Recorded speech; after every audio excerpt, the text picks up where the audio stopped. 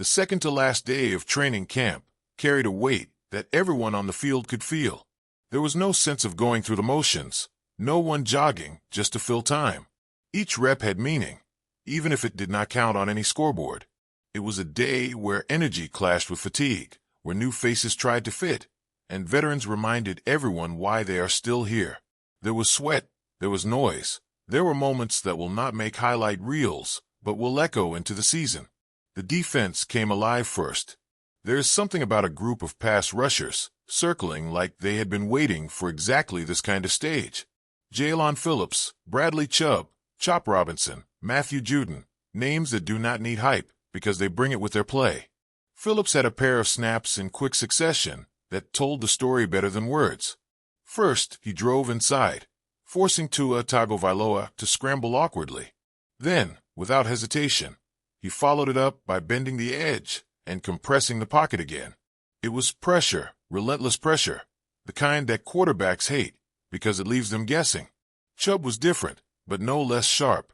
When the offense tried to create a crease on the ground, he shot through it before the runner could even react, beating his block, reaching into the backfield, shutting the play down with a clean stop. It was not flashy, but it was dominance in its simplest form. Robinson, still young and still proving, had his own flash, a sack that rattled the offense, immediately followed by a swat at the line that sent the ball off course. 2 plays, back-to-back, each one saying he belongs in this rotation. And then there was Judon. His arrival has been talked about, his resume respected, but until Wednesday it had not felt fully real. Now it does. He showed why Miami wanted him, why his name carries weight. 2 sacks in a row, executed with the calm of someone who has done this too many times to count. The first time, slicing right through an awkward pairing of a tackle and tight end, reaching Zach Wilson before the play could even breathe. The second time, pure speed around the edge, no tricks, no hesitation, just explosion and finish. It looked easy, though nothing in this game is. Judon did not celebrate with wild gestures. He did not need to. The work spoke. His presence is not about taking over, but about making everyone else's job harder to ignore. He even said as much, pointing to Phillips and Chubb as leaders, recognizing Robinson's growth. He called himself someone who can plug in, adapt, follow the plan. He may be right, but it is also clear that when he wants, he can take over. Miami's front four suddenly looks deeper, heavier, more dangerous than it has in years. But the defense did not only shine up front.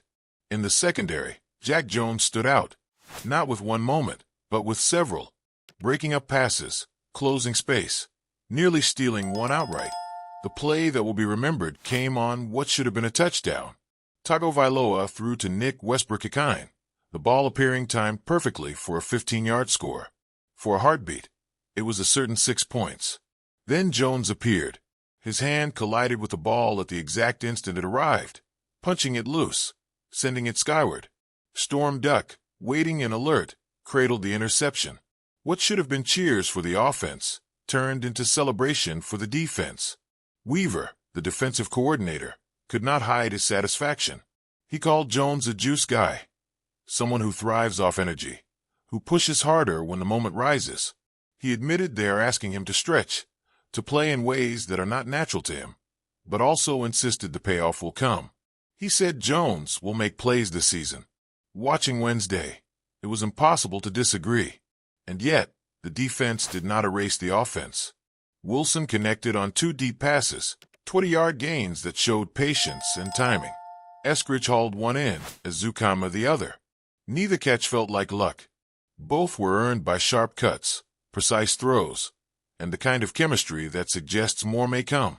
Then came Quinn Ewers, a rookie, still absorbing the system, but Wednesday he had his statement. A 50-yard connection with A.J. Henning, the ball arcing across the field, Henning accelerating under it. It was the throw of the day, the kind of pass that turns heads, silences conversation, and leaves defenders shaking their helmets. It was one play, but one that matters because it showed touch, power, and confidence in a young quarterback not expected to lead yet. The ground game also refused to be ignored. Wright and Gordon, each with runs that sliced through cutback lanes. each with a vision to find daylight and the burst to reach the second level before being touched. These were not practice speed runs. They looked real, like something that could work when defenses are not holding back. The offensive line deserves as much credit. Brewer, Paul, Savaiania, clearing space, working together, making lanes where none should exist. Brewer wore the orange jersey, rewarded for his previous day's work, and he did not let it feel symbolic. He pushed, blocked, and anchored. Recognition earned again. Then Darren Waller returned. For weeks, his name has been on lists, but not in drills. On Wednesday, he was back. He did not dominate. He did not need to. Just being there was enough. Running routes, catching balls, reminding everyone that when healthy, he changes what Miami can do. His presence opens fields, demands attention, creates mismatches. The simple fact that he was back on the grass shifted the tone. What lingers most from the day is the tension. Not negative, not hostile, but charged. Every play mattered to someone. For veterans, it was about sharpening, testing, reminding. For rookies, it was about proving, about carving out roles before the roster cuts. For coaches, it was about watching pieces fall into place or fall apart. For teammates, it was about competition without resentment, pushing without breaking. The Jaguars come tomorrow.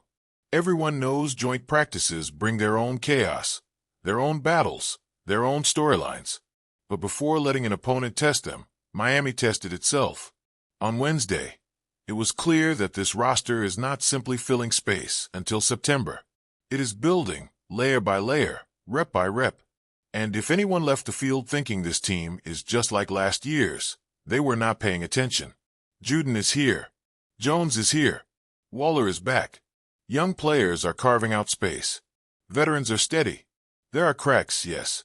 There are mistakes, yes. But there is also noise, energy, flashes of something heavier than practice. The day may not count on paper, but it counts all the same.